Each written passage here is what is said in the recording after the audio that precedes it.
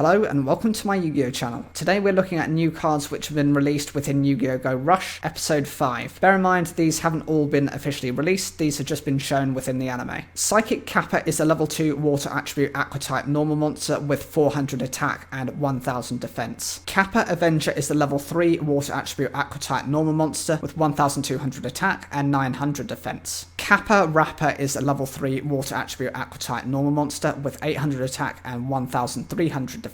Hayusubi is a level 4 water attribute aqua type normal monster with 1500 attack and 900 defense. Kappa Emperor River Slider is a level 7 water attribute aqua type effect monster with 2500 attack and 1500 defense. The requirement: you can activate this by sending one face-up aqua monster on your field to the graveyard. The effect is to choose up to 2 level 7 or lower face-up normal monsters on your opponent's field and destroy them. It's an okay effect in that you can wipe out 2 of your opponent's decent level monsters, but they have to be specifically normal monsters, so meeting this condition might be more tricky than it's worth. And it also requires you to send a face-up aqua monster on your field to the graveyard, which means you're essentially ridding your entire board just to bring this out and to trigger off its effect. The attack points for a level 7 are decent, 2500, and I wonder whether they're going to actually build an entire deck around Kappas, which is a Japanese style of turtle being. It's not Kappa Rocket Science, it's a normal trap card with the requirement: if there is a level 5 or higher monster on your opponent's field, when your opponent's monster declares an attack and attacks your face down defense position monster, you can activate this. The effect: the attacking monster loses 2000 attack until the end of this turn. Now this is a powerful card because it wipes out your opponent's attack points. Even though it's only until the end of the turn, it means if you've got a highly defensive monster, this can prevent your opponent from getting over your monsters and put them in a position where they might actually defeat themselves. It says here as a note, this card's name references Kappa, but basically it's the Japanese version of saying it's a cinch or it's not rocket science. And the final card is a Kappa Tanned, Rested and Ready. This is a normal trap card with the requirement: when your opponent normal or special summons a level 5 or higher monster face up, you can activate this. The effect is to choose one level 4 or lower aqua type normal monster in your graveyard and special summon it in face up defense position. This activates when your opponent normal special summons a high level monster, and it's fine. It simply